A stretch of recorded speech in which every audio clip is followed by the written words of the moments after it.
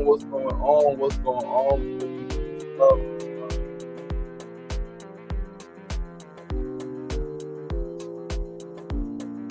Happy Mindful and Miraculous Monday. Happy Monday. Monday, June 29th, last Monday of the month. Full moon tonight. What's the deal? What's going on? What's going on?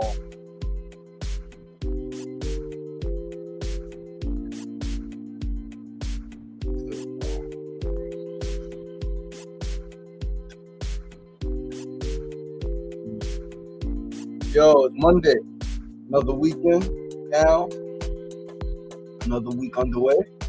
You know what I mean? We here. Yo, it was a long freaking weekend, man. Literally. It was a long fucking weekend. Very long weekend.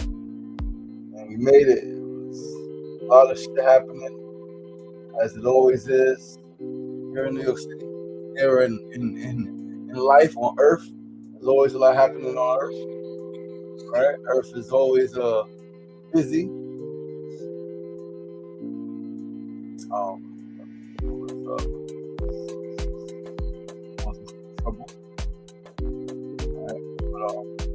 Oh man, I am grateful. I am excited for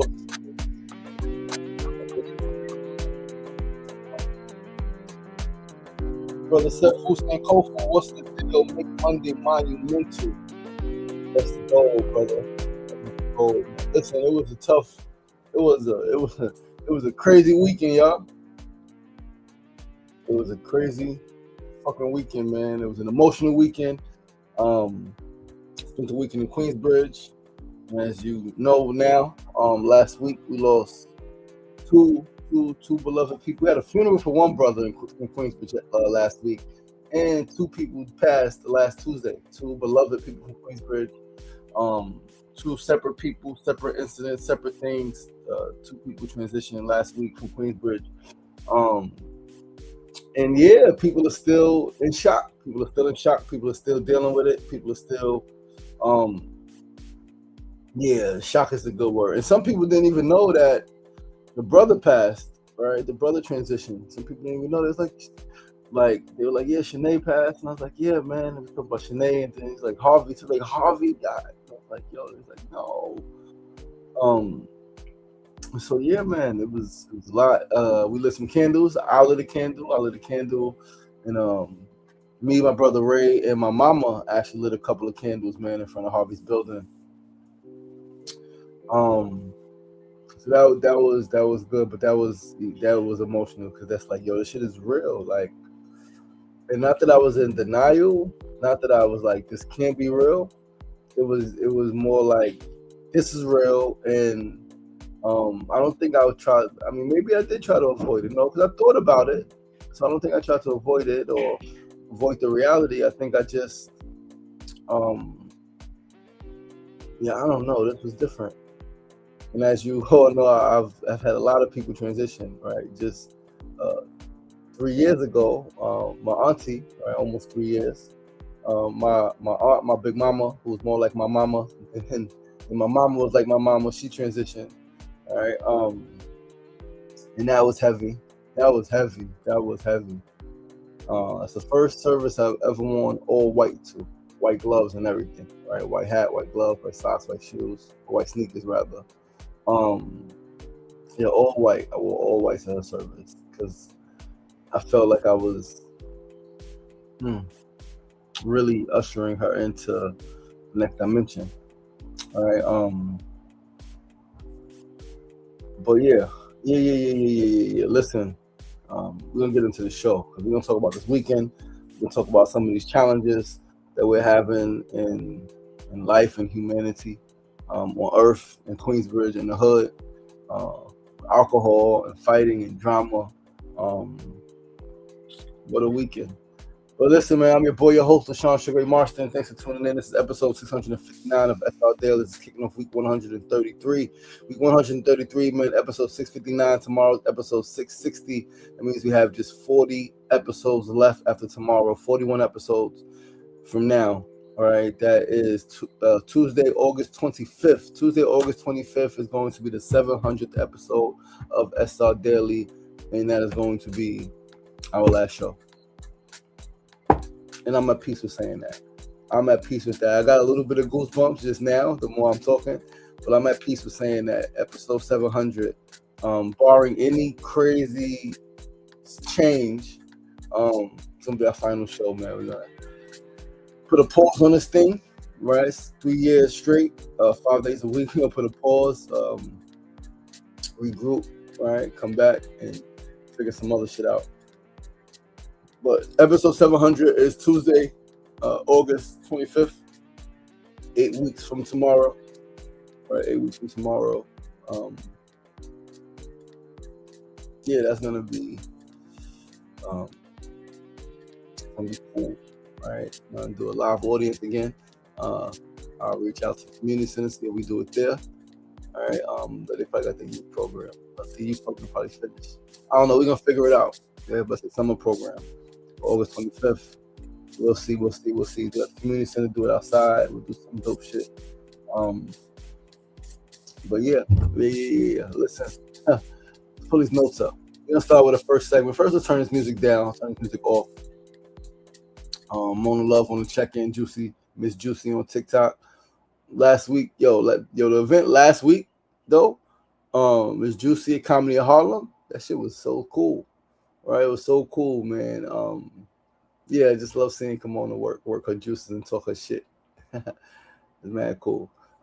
Today's first segment is a quote of the day. Today's quote is to treat others how you would want to be treated. Treat others how you would want to be treated. And inspired by this weekend's activities, this weekend's experience, this weekend's happenings, and I think I mentioned this before on the show, right? People say it. Treat people how you want to be treated. Treat others how you want to be treated, right? And it sounds so good in theory because, yes, if you want to be treated well, if you want to be treated with respect and compassion and kindness and grace, and if you want to be shown love, and if you want to be treated in a very loving way, then that is how you would treat others, right? And if you were treating others in a nasty way, it's good to be reminded that, hey, is that how you would want to be treated? And if your answer is nah, hell no, then don't treat others that way. Now, again, it sounds good in theory, but what happens when one thinks they ain't shit? When a person thinks that they ain't shit, and when they think that they deserve to be treated like shit, what happens then? How does that play out in the way they treat people?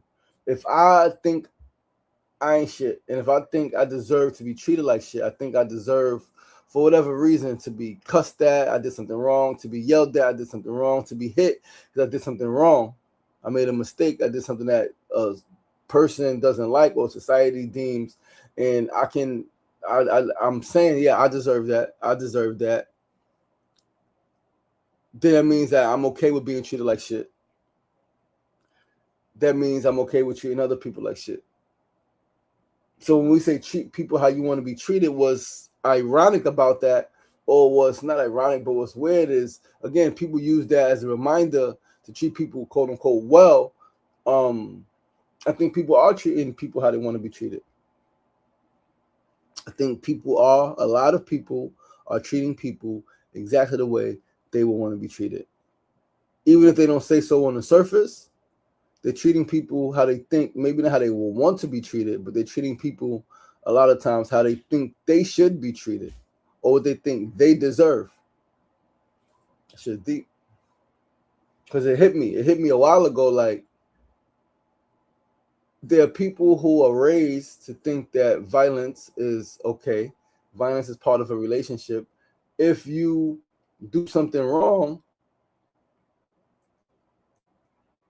you can be hit. If you do something wrong, if you do something that is out of alignment with what another person or group of people say that you should be doing, then you could be hit, and you deserve it because you broke an agreement. You broke an agreement, you broke the law, you violated a standard, a code, whatever the case may be. And so you could be cussed out, you could be hit, you could be neglected, you could be given a quiet treatment, you could be treated like shit because you violated.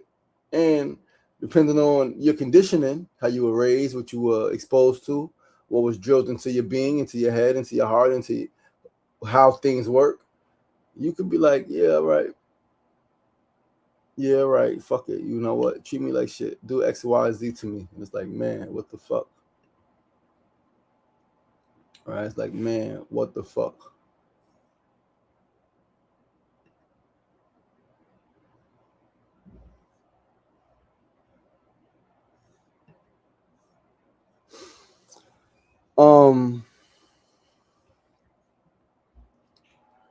Then we have our. Sorry, I just saw something and I checked it and it just fucked me up. We're gonna go to our second segment of the day. Today's second segment is our Needs No News of the Day. On Saturday, we interview people for our community safety project, right? I am working on a community safety project with Echoes. Safety without police. How can we create community safety without police? Can we create community safety without police, right?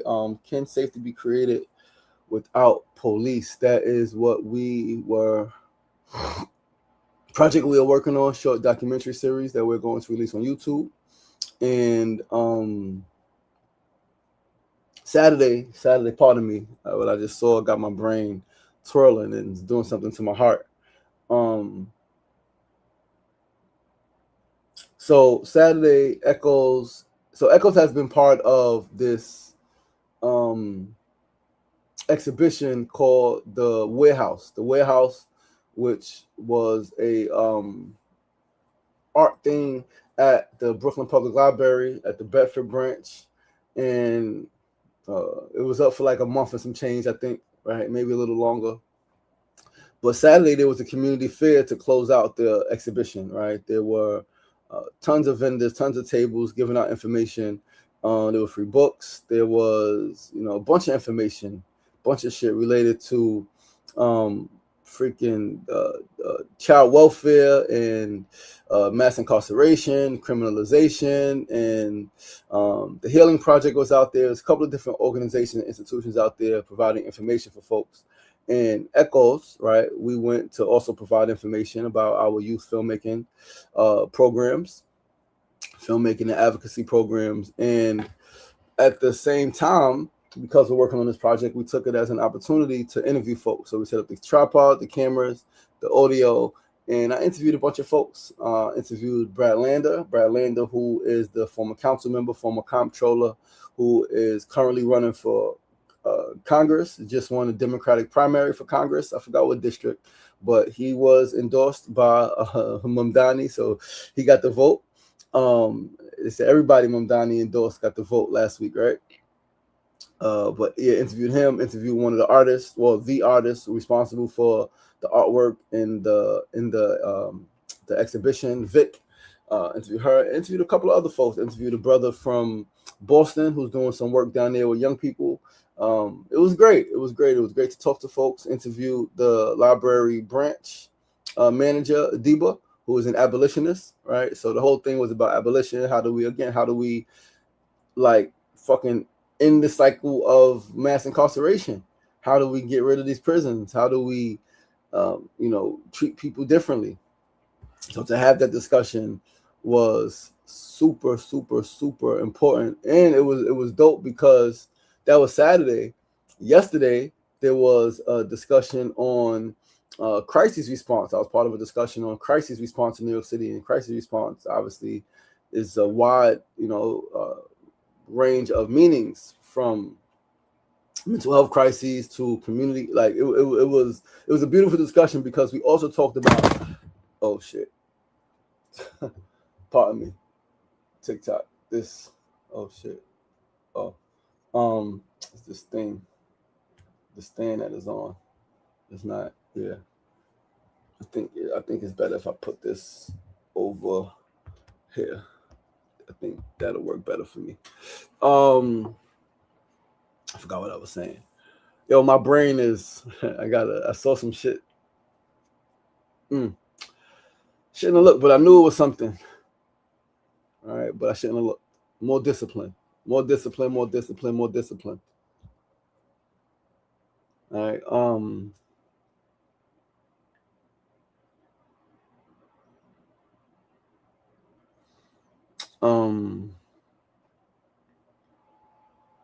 Yeah, yo, I'm fucked up. I'm fucked up right now, y'all. I am fucked up right now. Pardon me. Yo, Willie Will, what's going on? Peace and love. Thanks for tuning in. But yeah, so Saturday we did the interview. Saturday was the event around abolition, mass incarceration. Echoes, we set up cameras to do the interviews on safety without police, community safety. And then yesterday, it was as part of a discussion about crisis response in New York City. So we talked about how crisis is even defined, right? We spoke about a couple of different institutions doing some things, some problems, some pros, some cons, some things that are going on in the city related to crises and how the city responds.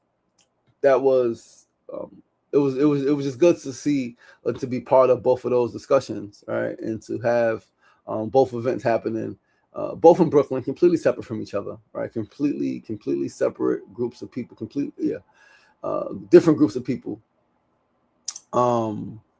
Let's go right along to our third segment of the day. Today's third segment is our tip of the day. Today's tip is like a reminder, man. Like alcohol is the destruction of so fucking much. Alcohol is the destruction of so much.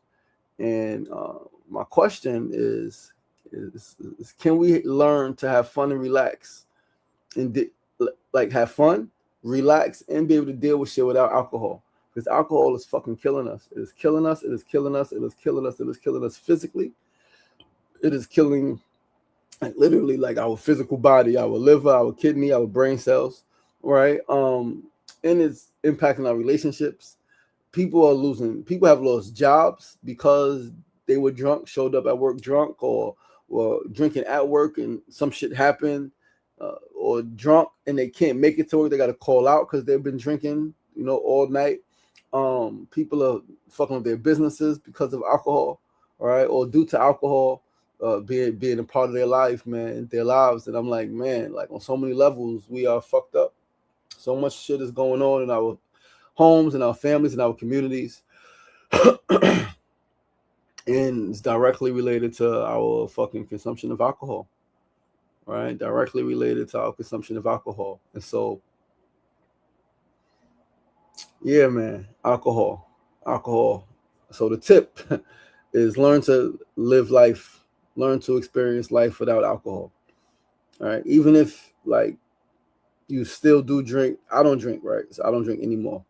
But even if you do drink, do some things without alcohol. Please try it. Try some things without alcohol. Like we have alcohol. It's such a big part of our culture, such a big part of our community, such a big part of everything that we do, from the joy and the happiness to the sadness to the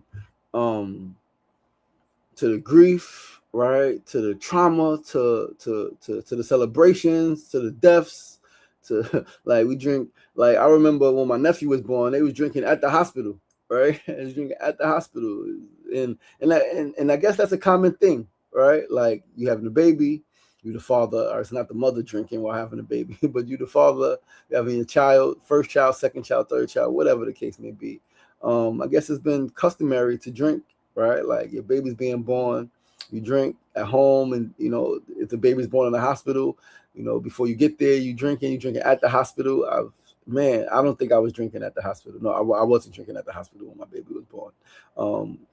I might have had a drink before. I don't think I did. I can't remember. I remember my daughter being born, but I don't remember I don't think there was no alcohol. I might have had a drink like the day before, maybe after, but yeah, but that shit is crazy, right? Like, alcohol is involved in everything. We drink because it's a good day. We drink because it's a bad day. We drink because it's Monday and it's nice outside. We drink because it's Monday and it's a storm outside. We drink because it's the weekend. We drink because we got a holiday. We drink because like we got a new job. We drink because we lost a job, right? We drink again when the baby's born. We drink when the person dies. We drink when we get married. We drink when we get divorced. Alcohol, fucking alcohol, and it is fucking up so much shit in our lives. All right, it's fucking up so much shit. There obviously have been couples, fucking married couples, who have had huge disputes because of alcohol, and some have divorced because of alcohol. One person can't get it together, right? And it is addictive, and it is a habit, and it's so normalized that a lot of people don't see it as that bad because it's like, this is what you do, you drink. And what's crazy is that there's a thought that people drink to escape reality. Some people don't drink to escape reality; they drink to deal with reality. Right? They drink to deal with their reality, to have their experience, and to be able to be present in that experience. That's why some people drink. But let's go to our fourth and final segment, man. Build of the day. We keeping it on alcohol, because alcohol, on top of stress, coupled with emotional immaturity, too often leads to drama and trauma and unfortunate situations for many people. Alcohol, on top of stress, coupled with emotional immaturity, too often leads to drama and trauma. So I spent the weekend in Queensbridge, right? On both Friday afternoon and Saturday night, there were fights. Both incidents, alcohol was involved. And whatever the issues were underneath, because there was some underlying issues, alcohol made things so much worse. Alcohol did not help in the least, right? One fight, I found out that it was actually between cousins, two young ladies fighting, drunk, alcohol involved, a lot of drama, a lot of yelling and screaming, and eventually it came to blows, and one sister got cut, and one sister was pregnant and fighting.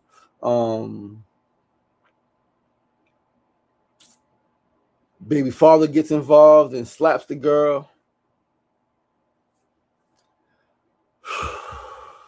And we run over there and just try to diffuse it, break it up. Got blood all on my shirt, right? Alcohol, like not even aware of like two young sisters who are mothers. One currently pregnant. It's like, where's the awareness is not there, right? The care is not there for self, for others. The forward thinking is not there. Thinking about yourself, thinking about like baby father, thinking about like, if you get hurt, if you go to jail, like what could happen? Like, where's your child? Where are your children? Like, that awareness, man. And again, alcohol, right? Like, already when your brain is not developed until a certain age anyway, right? Based on the trauma that you experience, impacts that process, impacts that time frame totally, right? Then when you add drugs, you add alcohol, you add all of the shit that absolutely impacts the chemical part of your brain, the functional part of your brain, and the structural part of your brain. So then another situation, Saturday, right? That was Friday afternoon. Friday night, things were cool. Saturday night, I'm out there hanging with my peoples, right? My family and my friends, and right, everybody grieving in different ways, right? We lost, right, some common people, man. We lost some common people last week, right? So people's outside. But in this fight, right, sister punched a brother, and to her, she was justified yelling in her face, right? But yelling like, they were talking shit to each other. They be talking shit. And she punched him. He didn't hit her back, right? Her boyfriend ended up going over there talking to the dude, like breaking it up, like getting her to sit down. And it was just mad, just madness. And I'm like, alcohol again, right? Everybody's drunk. And I'm like, man, it makes me think about, right, not just my own sobriety journey, but it makes me think about how can I, other than showing up and be like, I don't drink, right, which doesn't really have an impact, how can I promote non-alcohol, right, use, non-alcoholic use, right? How can I promote that? What can I do to for my community, with my community, right, where I could just highlight like the impact of alcohol. I mean, I guess I could do a talk, but I want to get the people who's fucking involved in the shit, right? Cause man, like that shit, it really made me sad. Both situations really made me sad. It really inspired me again to figure out more. What can I do? What can I do? What more can I do? How can I contribute? Because this is an issue that is literally destroying our communities, right? People are fighting. Obviously, I've mentioned on the show many times that I've had friends who have lost their life with alcohol involved, and friends who have lost their life being murdered. And there were situations where they said if he didn't have so much liquor in his system, so much alcohol in his system, he would have lived. He would have survived. It's like, damn, motherfucker bled out too much alcohol.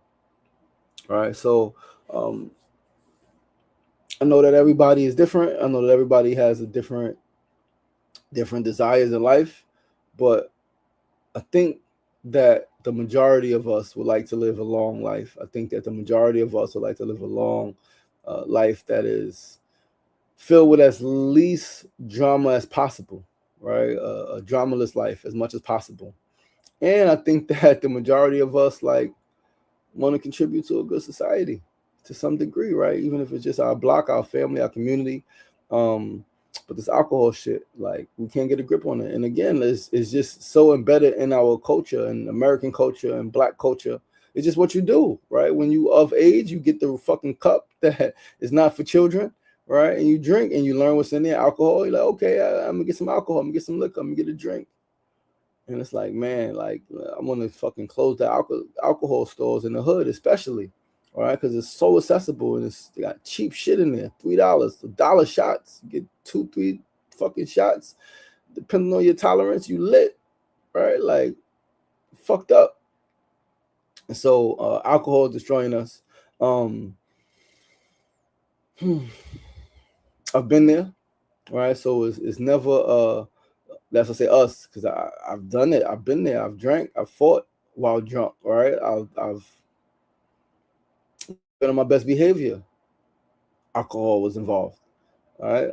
But I'm able to see that looking back, and I was able to see it then, which is one reason why I knew I was going to stop drinking eventually. Because while in it, I was able to see it. All right. But alcohol is destroying us, man. We're gonna figure it out. Please, let's figure it out.